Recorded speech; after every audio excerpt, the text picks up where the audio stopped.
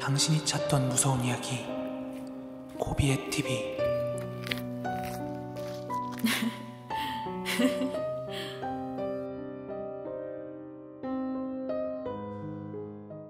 코린 여러분 안녕하세요. 코비의 TV입니다. 오늘 준비한 무서운 이야기는 코비의 TV 구독자 마스님의 제보 사연입니다. 그럼 이야기 바로 시작하도록 하겠습니다.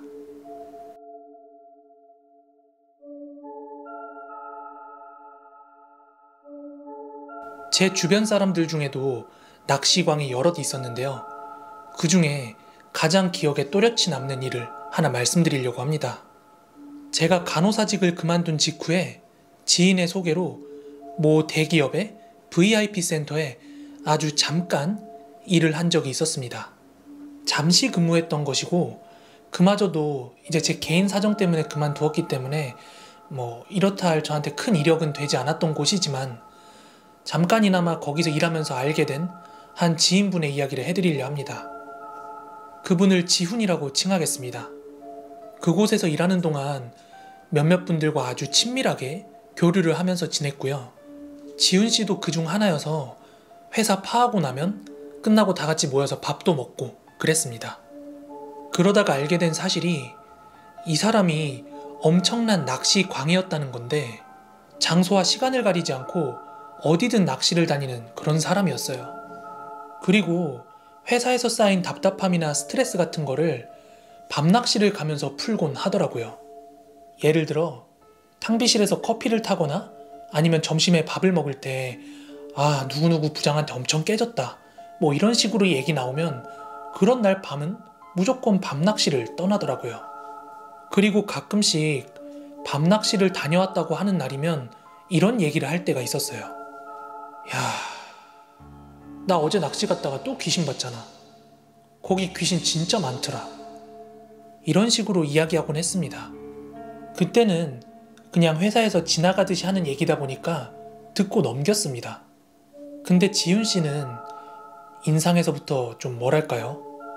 남다른 뭔가가 풍기는 그런 인상이었어요. 풍채는 어릴 때 야구선수 같은 걸 오래 했고 동네 사회인 야구단 같은 것도 다니다 보니까 굉장히 몸이 땅땅하니 좋았고 눈매랑 입도 가늘고 까무잡잡한 게 적으로 돌리면 꽤나 골치 아픈 사람이겠구나 하는 그런 사람이었습니다. 제가 입사를 하고 약 2달 정도 있다가 지훈씨는 회사를 퇴사하게 되었고 그만두는 그날도 저희 친했던 직원들끼리 모여서 한잔하고 있었습니다. 회사에서 아는 사람들도 좀 있는데 사실 내가 다른 사람들이 보지 못하는 걸 좀 본다? 우리 할매 때문에 무당 같은 거 해야 되는 그런 팔자라 사실 평범한 직장 같은 거 못 다니는데 이번에 그만두는 것도 사실 그런 것 때문에 몸이 아파 그만두는 건데 그래도 저기 따로 가게 차려서 할 거니까 다들 한잔하러 놀러와. 그렇게 지훈씨는 회사를 그만두고 몫이 좋은 가게를 뽑아서 바를 차렸습니다. 그리고 저도 개인적인 일 때문에 회사를 그만두게 되었고 다음에 뭘 해야 되지? 이런 걸 고민하는 시간 동안 허송세월을 보내기 싫었던 차에 마침 지훈씨가 가게 일을 좀 도와달라며 부탁을 해와서 잠깐 동안 거기서 일을 하게 되었습니다. 가게 자체는 참 예뻤어요. 모던하니 딱 그냥 정통 클래식 바 같은 그런 느낌이었는데 분위기 때문인진 몰라도 공기 자체가 착 가라앉는 그런 느낌이었어요. 야, 네가 보기 여기 가게 어때? 괜찮은 것 같아? 솔직하게요? 가게 자체는 이뻐요. 근데 지훈씨 여기 혼자 있을 때 보시거나 한 적 없어요? 야, 역시 넌 보자마자 느끼는구나. 여기 귀신 있어.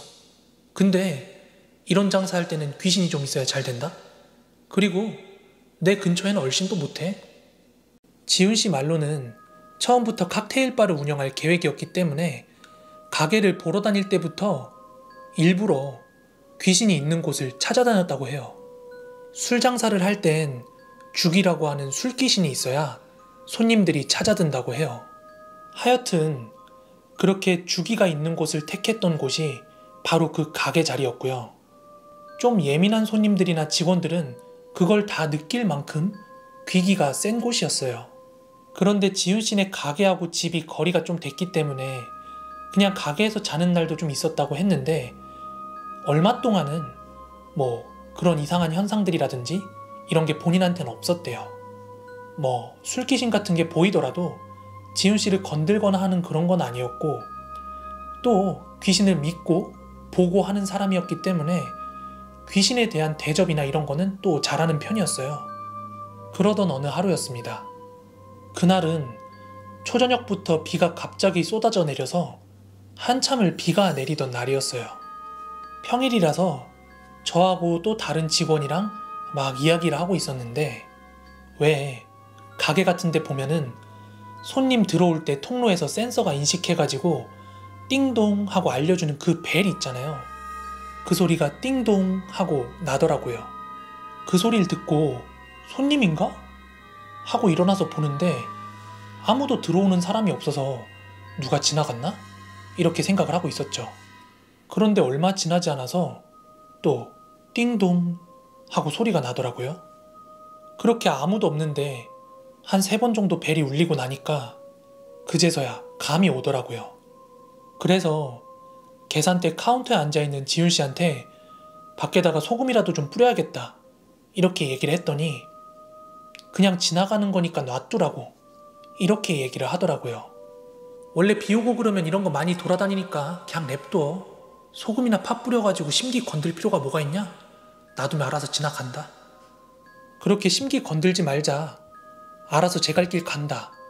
이렇게 말을 하고 있는 와중에 가게 입구에 있는 문을 아무도 건들지 않았는데 그 문 위에 보면은 문 열릴 때 딸랑딸랑 소리 나는 종 있죠. 이게 딸랑 하고 움직이면 소리가 나는 거예요. 카운터에 서 있던 저는 뭐야?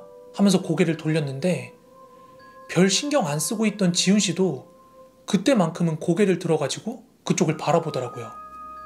그러더니 지훈 씨가 갑자기 막 이렇게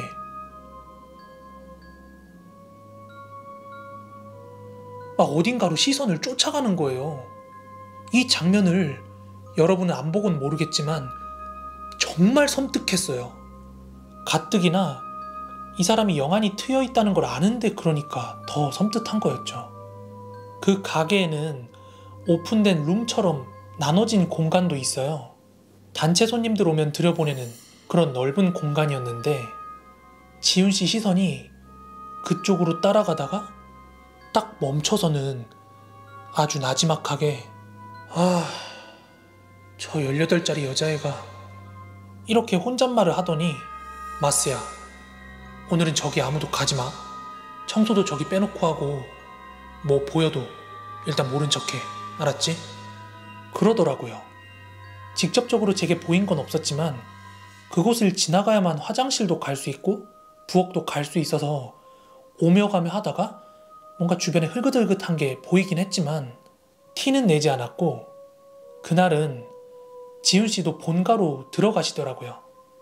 그리고 그날 지훈 씨는 귀접을 당했다고 합니다.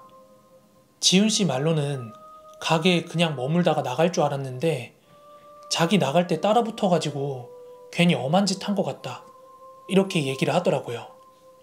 그러다 한 날은 평소와 다름없이 마감을 하고 있었는데 지훈 씨가 나 오늘 밤에 낚시 갔다 온다 뭐 이렇게 얘기를 하는 거예요. 그냥 또 평소처럼 낚시를 가나 보다 생각을 했는데 다음날 출근해서 지훈 씨 얼굴을 보니까 표정이 매우 안 좋더라고요. 오늘 뭐 안 좋은 일 있어요? 얼굴이 왜 그래? 왔어. 다름 아니라 어제 낚시 갔다가 또 귀신 봤다. 아니 지훈 씨, 밤낚시 다니면서 귀신 본 거 한두 번 아니라면서요. 근데 오늘 왜 이렇게 심각해? 어제는 좀 달랐어요? 더 무서웠어요 저번보다? 지훈 씨가 밤낚시를 갈 때면 저수지나 소류지 같은 걸 잘 찾아다니는데 그 중에서도 유독 자주 가는 곳이 한 곳 있었대요. 보통 조용하게 낚시도 하면서 마음 정리도 할 겸 떠나는 거라 주로 혼자 갔는데 그날도 어김없이 물가에 낚싯대를 세팅해두고 낚시 의자에 몸을 기대서 멍하니 기대가지고 낚싯대와 그 물의 수면을 바라보고 있었답니다. 그러다가 시야 바깥쪽 옆으로 뭔가 신경이 쓰여서 고개를 돌려서 바라봤대요. 그런데 자기와 상당한 거리를 두고 웬 아저씨가 우두커니 서가지고 자기를 이렇게 바라보고 있더래요. 아주 순간적으로 흠칫했지만 뭐 바라보고 있을 수도 있지 이렇게 생각을 했대요. 밤늦게 근처에 마실 나왔나? 하고요. 근데 이때도 혹시 귀신인가? 이런 생각이 들면서도 귀신이면 어때? 이런 생각을 같이 하고 있었다고 합니다. 그리곤 복잡했던 본인 마음이 먼저였기 때문에 다시 고개를 돌려가지고는 한참 낚시를 하고 있는데 신경이 거슬린다는 느낌을 넘어서 막 털이 쭈뼛쭈뼛 서는 것 같이 느껴졌대요. 그래서 다시 한번 옆쪽을 바라봤는데 그 멀리 있던 아저씨가 자기랑 2걸음 정도 떨어진 곳에서 쭈그리고 이렇게 바라보고 있더래요. 너무 놀란 지훈씨가 그걸 확인하고 펄떡 일어섰는데 지훈씨의 시선을 따라서 그 아저씨 얼굴도 스르르르 이렇게 따라 올라오더래요. 이미 사람이 아닐 수도 있다고 진작에 생각을 했기 때문에 여차하면 차버리려고 당신 누구야? 하고 물어봤는데 정말 감쪽같이 스르르 사라지더래요. 그러는 바람에 지훈씨는 낚시를 다 접고 그대로 돌아오게 된 것입니다. 그 전에도 낚시를 하다가 물 위로 얼굴을 반쯤 내놓은 여자 귀신을 본 적이 있다고 했는데 자기가 겪었던 그런 일들을 여차저차 엄마랑 이야기를 하게 된 계기가 있었나 봐요. 그랬더니 어머니께서 평소에 다니시던 절에서 부적을 써오셨나 봐요. 어느 날인가 가게에다가 막 부적을 붙이기도 했고 본인 지갑에 부적을 넣고 다니는 걸 제가 본 적이 있습니다. 그리고 그 아저씨를 목격했던 곳이 사람이 많이 빠져 죽는 저수지로 낚시꾼들 사이에서는 어느 정도 유명한 저수지라 하더라고요. 하여간 지훈씨는 그 후로도 개의치 않고 열심히 밤낚시를 다녔고요.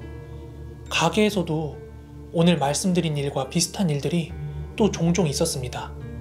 하지만 저한테 직접적으로 해를 가하는 일은 없었고요.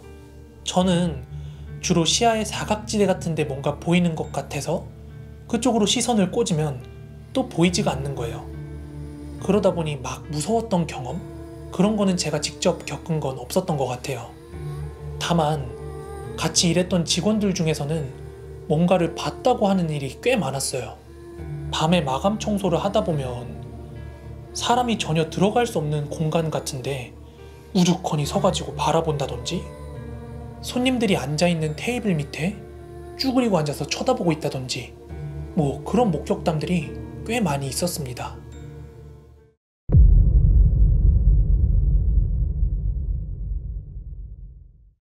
오늘의 베스트 공포 댓글은요. 병원에서 찍힌 심령사진 영상에 달렸던 댓글입니다. 첫 번째 댓글은 김보성님의 댓글입니다. 저도 저희 할머니가 돌아가시기 전에 몸이 많이 편찮으실 때가 있었는데요.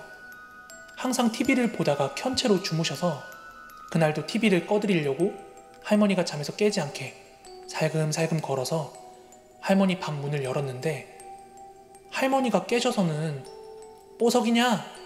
근데 뒤에는 누구냐? 라고 역정을 내시더라고요. 그날 집에는 저랑 할머니 둘뿐이었는데 말이죠. 두 번째 댓글은 흑월로님의 댓글입니다. 병원 특성상 돌아가시는 분들이 많아서 영가분들이 많다고 들었는데 정말인가 보네요. 제가 초등학교 때 음식을 잘못 먹고 아파서 입원을 해서 어머니가 한동안 간병을 해주셨던 적이 있었는데 새벽 3시쯤에 심심하셔서 사이다를 마시며 병원 이리저리 돌아다니셨다고 해요. 영안실 근처도 지나가 보시고 그러다가 화장실에 들리셨는데 볼일을 다 보고 손을 씻고 계시는데 갑자기 자신이 나왔던 그 칸의 문이 바람도 불지 않았는데 저절로 열렸다가 쾅 하고 닫히고 또 열렸다가 쾅 하고 닫히고 이러면서 3-4번을 반복했다고 해요. 너무 놀라서 도망가셨다고 다음날 말해주셨던 기억이 있네요. 지난 금요일에 괴담 속으로 10탄 촬영 후에 토요일날 업로드를 마쳤으니까 아직 안 보신 분들은 한 번씩 시청 바랍니다. 그리고 곧 있으면 추석인데요. 모두 추석 준비 잘 하시고 감기 걸리지 않게 코로나도 조심하시고요. 마지막으로 좋아요, 구독하기, 알람 설정 한 번만 부탁드리겠습니다. 저는 내일 더 무서운 이야기로 찾아오도록 하겠습니다. 코린 여러분 모두 감사합니다.